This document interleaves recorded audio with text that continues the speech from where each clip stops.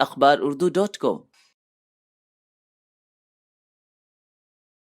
ملک کی معروف طبی تنظیم ورلڈ یونانی فاؤنڈیشن کی جانب سے دوئم عالمی یونانی کانگریس میں آیوش ہیلتھ میلہ 4 تا 6 مارچ بمقام جامعہ ملیہ اسلامیہ نئی دہلی میں شان و عظمت کے ساتھ اختتام پذیر ہوا۔ کانفرنس کے افتتاحی تقریب میں مہمان خصوصی کی حیثیت سے شری اجیت ایم شریک تھے، جبکہ صدر مجلس کی حیثیت سے پروفیسر شکیل احمد نے اور مہمان ذی وقار کی حیثیت سے ڈاکٹر ڈی سی نے شرکت کی۔ کلیدی مقرر کی حیثیت سے طبی جہاں کی معروف شخصیت پروفیسر سید ذل الرحمن نے خصوصی خطاب فرمایا۔ تنظیم کے قومی صدر حکیم محسن دہلوی نے اپنے بیان میں ورلڈ یونانی فاؤنڈیشن کے اغراض و مقاصد سے اہل محفل کو روشناس کرایا۔ کانفرنس میں ملک و بیرون ملک کے حاملین و شائقین طب نے کثیر تعداد میں شرکت فرمائی۔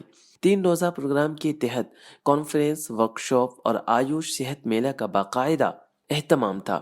آیوش صحت میلے میں ملک کے مختلف دواساز کمپنیوں کے اسٹال تھے، جہاں عوام الناس کے لیے حکماء حضرات کے ذریعے مفت تشخیص و تجویز اور خصوصی رعایات پر دواؤں کی فراہمی کی سہولیات فراہم تھی۔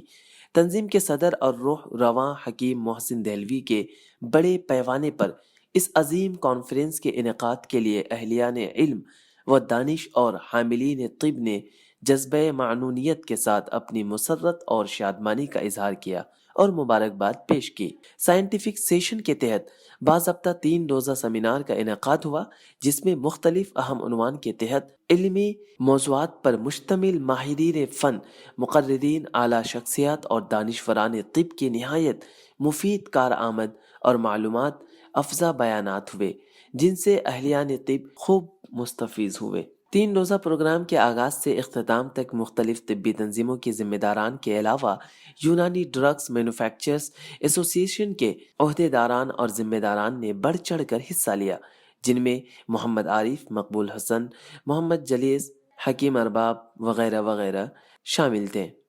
akhbarurdu.com